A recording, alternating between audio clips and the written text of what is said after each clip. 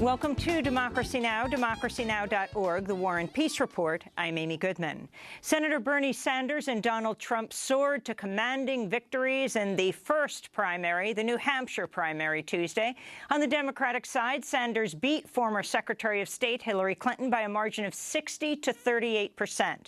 8 years ago, Clinton won New Hampshire, defeating Senator Barack Obama. When polling first began in New Hampshire, Clinton was projected to win by as much as 50%. On Tuesday, Sanders beat Clinton in nearly every demographic area except for senior citizens. According to exit polls, 55% of women, including 70% of women under 30, backed Vermont Senator Bernie Sanders.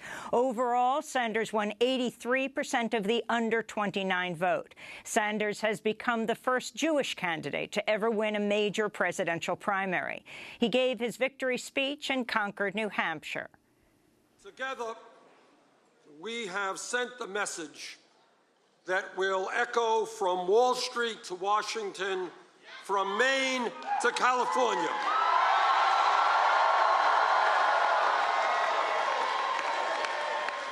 And that is that the government of our great country belongs to all of the people and not just a handful of wealthy campaign contributors and their super PACs.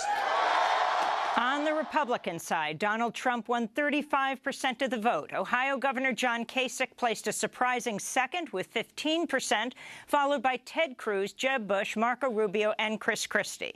Trump delivered his victory speech in Manchester. First of all, congratulations to Bernie. In all fairness, we have to congratulate him. We may not like it, but I heard parts of Bernie's speech. He wants to give away our country, folks. He wants to give away. We're not going to let it happen. We'll have more on the primaries after headlines. In a blow to the Obama administration's efforts to combat climate change, the Supreme Court has temporarily blocked regulations to limit emissions from coal-fired power plants. The stay comes as an appeals court considers a challenge to the rules brought by corporations in 29 states. The Supreme Court's decision to halt the rules is reportedly unprecedented. The court has never before agreed to block a regulation before it's been reviewed by a federal appeals court. The move indicates the Supreme Court is likely to overturn the regulations in the future. The decision could imperil the Paris Climate Accords, since the coal plant rules formed a key part of the U.S. commitment to cut emissions. In news from Syria, ISIL has claimed responsibility for a car bomb attack in the capital Damascus, marking the first time it's claimed an attack inside the Syrian capital. The Syrian Observatory for Human Rights and 8 police officers says that 8 police officers were killed and about 20 wounded in the explosion, which hit a police officers' club. Pro-Kurdish activists rallied outside the New York Times and marched to CNN on Tuesday to protest the lack of media coverage of what they say was a massacre of Kurdish people by government forces in Turkey. Turkey says it carried out a military operation against people it identified as militants with the Kurdistan Workers' Party, or PKK. Initial state media reports put the death toll at 60, although that number was later retracted. The local governorate said 10 people were killed, but pro-Kurdish lawmakers have accused Turkish forces of massacring dozens of wounded civilians. Protesters rallied here in New York City.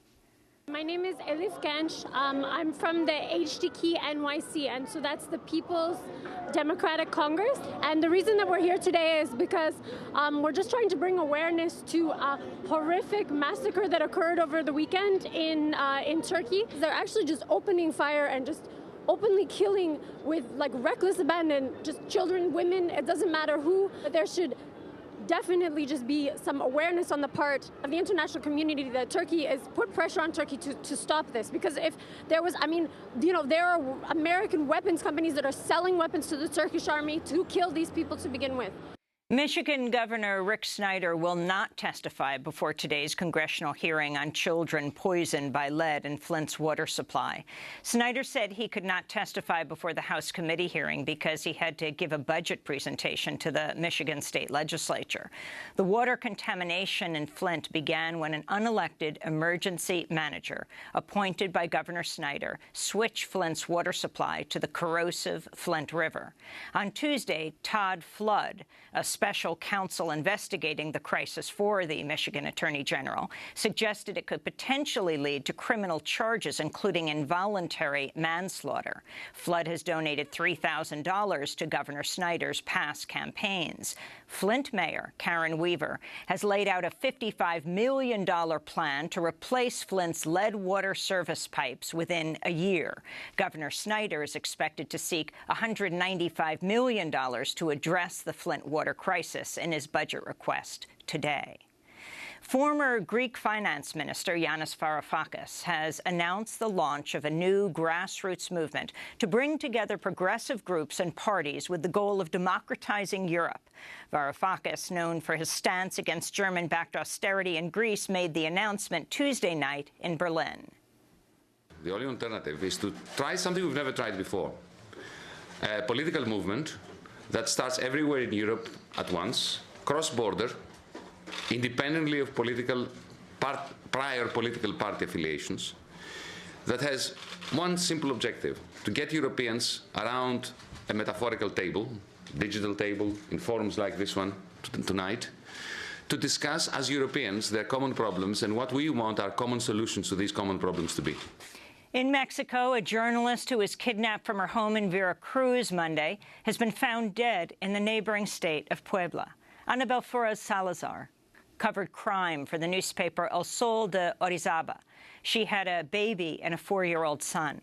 Her death came as the journalism advocacy group Article 19 released a report saying at least 23 journalists have disappeared in Mexico in the past 12 years, the highest number anywhere in the world.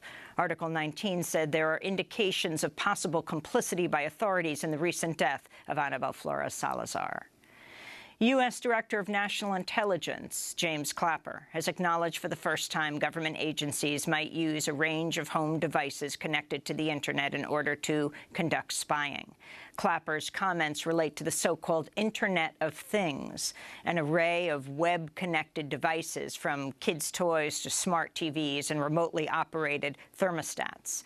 In testimony submitted to the Senate, Clapper said widespread vulnerabilities in the devices represent, quote, new opportunities for our own intelligence services.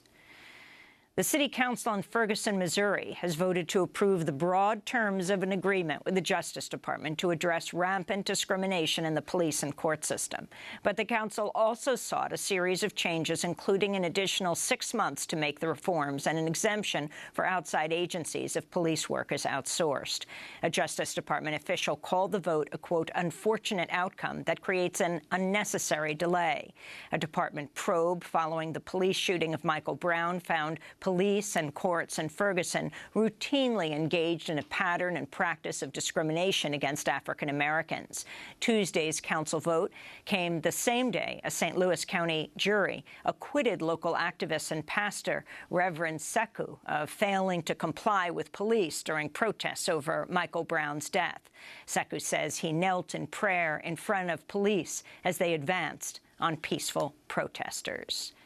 Both sides have presented their closing arguments in the manslaughter trial of New York City police officer Peter Liang for the fatal shooting of unarmed African-American Akai Gurley. A jury will now consider the fate of Liang, who shot Gurley in a darkened stairwell of a Brooklyn housing project. Officer Liang said he was startled by a noise and flinched, accidentally firing his gun. But Assistant District Attorney Joseph Alexis says the shooting was no accident. The gun did not just go off. This officer took his finger off the frame of the gun, if it was ever there. He put his finger onto the trigger. He pointed the gun directly in the direction where the sound was, and he fired. And he shot. And the shot that he fired hit off the wall. It's no accident that it hit off the wall steps away from where Akai Gurley stood. It's no accident that that bullet then ripped through his heart, landed in his liver, and killed him. A Black Lives Matter activist has shot himself to death at the entrance to the Ohio State House. Marshawn McCarroll was 23 years old. He'd organized against the police shooting of Michael Brown in Ferguson and worked to aid the homeless after he himself was homeless for 3 months. His last post on Twitter said he wanted to let the record show that he urinated on the State House, quote, before I left. An actor and designer who follows the Sikh religion and was barred from boarding a flight for refusing to remove his turban says the airline Aeromexico has issued a directive to staff on religious sensitivity.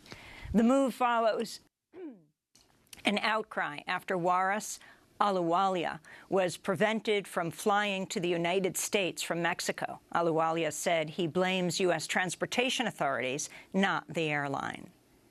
No part of me is angry at the Aeromexico gate agents. They didn't know, right? This is an issue that they didn't know how to deal with it. They're sending, this is a flight that goes back to America. So it comes under the jurisdiction of the TSA. The TSA needs to make clearer guidelines for foreign airports on how to deal with Sikh travelers, as well as any traveler that has, religious articles of faith. And in Vermont, in the capital Montpelier, community members shut down an eminent domain proceeding that would have helped pave the way for a gas pipeline by breaking into song. Today's business consists primarily of scheduling discussions. Officer, find